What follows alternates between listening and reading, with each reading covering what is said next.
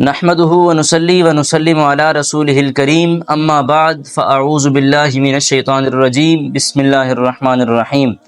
كنتم خير امة اخرجت للناس تأمرون بالمعروف وتنهون عن المنکر صدق اللہ العظیم۔ عزیزان من، آج کا جو ہمارا موضوع ہے وہ یہ ہے کہ جو بندہ لوگوں کو نیکی کا حکم دیتا ہے اور برے کاموں سے روکتا ہے، منع کرتا ہے، اس کا کیا مقام ہے، اس کی فضیلت کیا ہے۔ اور آج معاشرے کے اندر اگر ہم دیکھیں تو بعض لوگ ہمیں ایسے ملتے ہیں کہ اگر ہم ان کی صحبت اختیار کریں، ان کے ساتھ اٹھنا بیٹھنا شروع کر دیں تو ان کی صحبت کا اثر یہ ہوتا ہے کہ ہم نیک کاموں کی طرف راغب ہو جاتے ہیں، ہم نیک کام کرنا شروع کر دیتے ہیں۔ لیکن بعض ایسے بھی ہمیں لوگ ملتے ہیں کہ اگر ہم ان کی صحبت اختیار کر لیں، ان کے پاس بیٹھنا شروع کر دیں، ان کے ساتھ رہنا شروع کر دیں تو اس کا ہمارے اوپر برا اثر پڑتا ہے، ہماری طبیعت بگڑ جاتی ہے اور ہم برے کاموں میں مشغول ہو جاتے ہیں کیونکہ ہمیں صحبت ہی بری ملتی ہے۔ تو اچھی صحبت اختیار کرنے سے انسان کا کردار بھی اچھا ہوتا ہے، انسان کو ایمانی طاقت اور قوت بھی ملتی ہے، اور بری صحبت والے کے پاس بیٹھنے سے، بری صحبت اختیار کرنے سے انسان کا جو تقوی و طہارت ہوتا ہے وہ ختم ہو جاتا ہے، پاکیزگی میں جو اضافہ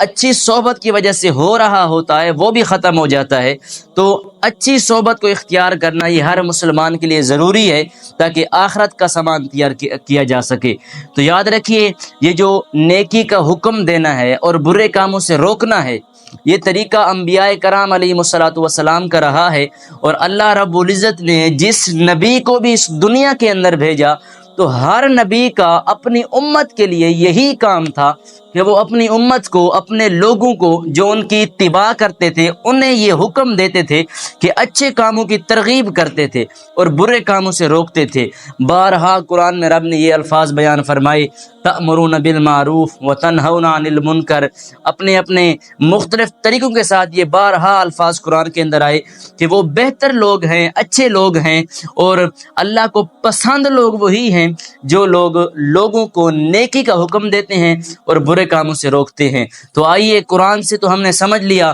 کہ نیکی کا حکم دینے والا اور برائی سے روکنے والا اس کی کیا فضیلت ہے۔ تو آئیے احادیث شریف کی روشنی میں ایک دو حدیث آپ کی بارگاہ میں رکھ دیتا ہوں۔ یاد رکھیے، ایک مرتبہ حضور علیہ الصلوۃ والسلام سے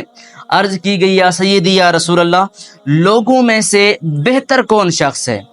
وہ کون سا شخص ہے، ایسا کون سا بندہ ہے جو لوگوں میں سب سے زیادہ بہتر ہے؟ تو اس کے جواب میں میرے نبی کریم صلی اللہ تعالی علیہ وسلم نے ارشاد فرمایا کہ سب لوگوں میں سے بہتر شخص وہی ہے جو اپنے رب سے زیادہ ڈرتا ہو، جس کے اندر تقوی اور طہارت بھرا ہو، عاجزی اور انکساری اتنی ہو، خشوع اور خضوع اتنا ہو کہ پتہ چلے کہ وہ بندہ رب سے ڈرنے والا بندہ ہے، وہ بندہ تقوی اور طہارت والا بندہ ہے۔ تو سب سے بہتر وہ شخص ہے جو اللہ رب العزت سے ڈرنے والا ہو۔ اور پھر فرمایا کہ دوسرا وہ شخص جو اپنے رشتہ داروں کے ساتھ، اپنے عزیز و اقربا کے ساتھ صلہ رحمی کرنے والا ہو، ان کے ساتھ محبت سے پیش آنے والا ہو، ان کی خدمت کرنے والا ہو، ان کا خیال رکھنے والا ہو۔ اور تیسرے نمبر پر فرمایا کہ سب سے زیادہ اللہ کو محبوب اور سب سے زیادہ بہتر شخص وہ ہے جو لوگوں کو اچھے کام کا حکم دیتا ہو، بہترین نیک کام کرنے کا حکم لوگوں کو دیتا ہو اور برے کاموں سے روکتا ہو۔ تو نیکی کی ترغیب دینے والا اور برے کاموں سے روکنے والا حدیث شریف کے مطابق اللہ کا محبوب بندہ ہوتا ہے اور اللہ کا نیک بندہ ہوتا ہے، اور لوگوں میں سب سے بہتر وہی ہوتا ہے جو نیکی کا حکم دیتا ہے اور برائی سے روکتا ہے۔ تو یاد رکھیے، ایک اور حدیث شریف کے اندر حضرت انس بن مالک رضی اللہ تعالیٰ عنہ سے روایت ہے، سرکار دو عالم صلی اللہ تعالیٰ علیہ وسلم نے ارشاد فرمایا کہ اے صحابہ، کیا میں تمہیں ایسے لوگوں کے بارے میں نہ خبر دوں کہ جو نبی بھی نہیں ہیں اور شہید بھی نہیں ہیں، لیکن کل بروز قیامت ان کا مقام اور مرتبہ اتنا بلند ہوگا،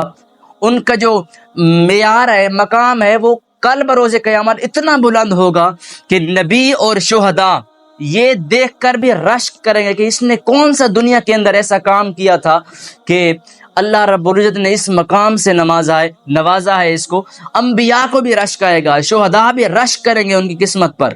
تو صحابہ کرام رضوان اللہ تعالی علیہم اجمعین نے عرض کی یا سیدی یا رسول اللہ ہمیں بتائیے وہ کون سے لوگ ہیں کہ جن پر انبیاء بھی کل بروز قیامت رشک کریں گے؟ تو اس کے جواب میں میرے نبی نے فرمایا کہ اے صحابہ وہ لوگ ہیں، وہ بندے ہیں جو لوگوں کو اللہ کا محبوب بنا دیتے ہیں، لوگوں کو اچھے کام کی تلقین کر کے، لوگوں کو اچھے کام کا حکم دے کے، اچھے کام کی ترغیب دلا کے اللہ کی طرف لے جاتے ہیں، نیکی کی طرف لے جاتے ہیں۔ اور جب لوگ ان کے اچھے کام کی ترغیب کو مان لیتے ہیں، جب ان کی اطاعت کرنے لگتے ہیں، تو پھر اللہ ان لوگوں کو پسند کرنے لگتا ہے، اور اللہ کو وہ لوگ پسند آ جاتے ہیں، اور ان لوگوں کو خدا پسند آ جاتا ہے۔ تو یہ جو سلسلہ ہے، میرے نبی نے فرمایا کہ کل بروز قیامت ایسے لوگوں پر جو لوگوں کو اچھائی کی تلقین کرتے ہیں، نیکی کا حکم دیتے ہیں، میرے نبی نے فرمایا کہ ایسے لوگوں کے لیے کل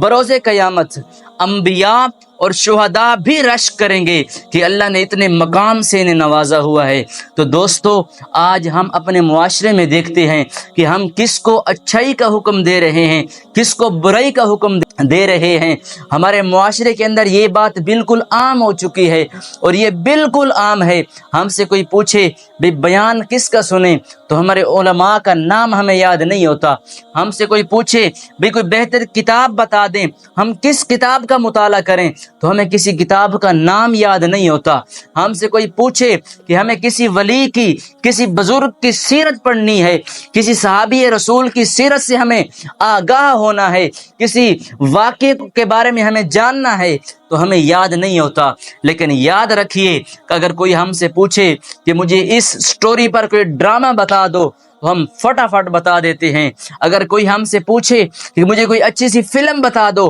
کسی بہترین فلم کا نام بتا دو، تو ہم وہ بھی بڑے احسن طریقے کے ساتھ اور سب سے اچھی فلم جو ہے وہ ہم نے دیکھی ہوتی ہے ہم بتا دیتے ہیں۔ تو یہ ہمارے معاشرے کے اندر ہماری خامیاں ہیں، مجھ میں بھی ہیں، آپ میں بھی ہیں، ہر شخص میں ایسی خامیاں پائی جاتی ہیں۔ تو میں آپ سے ریکویسٹ کرتا ہوں اور آپ کو دعوت دیتا ہوں کہ آج سے اگر ایسی کوئی خامی آپ کے اندر موجود ہے کہ اگر آپ لوگوں کو برائی کا حکم دیتے ہیں، یاد رکھیے آپ اگر برائی کا حکم دیں گے تو اس کے برائی کرنے کا جو گناہ ہے وہ آپ کو بھی ملے گا، اور کچھ ایسا بھی ہوتا ہے گناہ جاریہ لوگ چھوڑ کے چلے جاتے ہیں، تو اگر آپ ان میں بھی ملوث ہوں گے تو پھر اس کا بھی گناہ آپ کو تا قیامت ملتا رہے گا۔ تو میں ریکویسٹ کرتا ہوں اور ترغیب دے رہا ہوں کہ یہ جو چھوٹی چھوٹی خامیاں ہمارے اندر ہیں لوگوں کو بری طرف لے کے آنے کی، اگر آپ خود کوئی برا کام کرتے ہیں آپ کا مسئلہ ہے، لیکن لوگوں کو اس برے کام کی تلقین نہ کریں کیونکہ ان کا گناہ بھی آپ کے سر ہوگا۔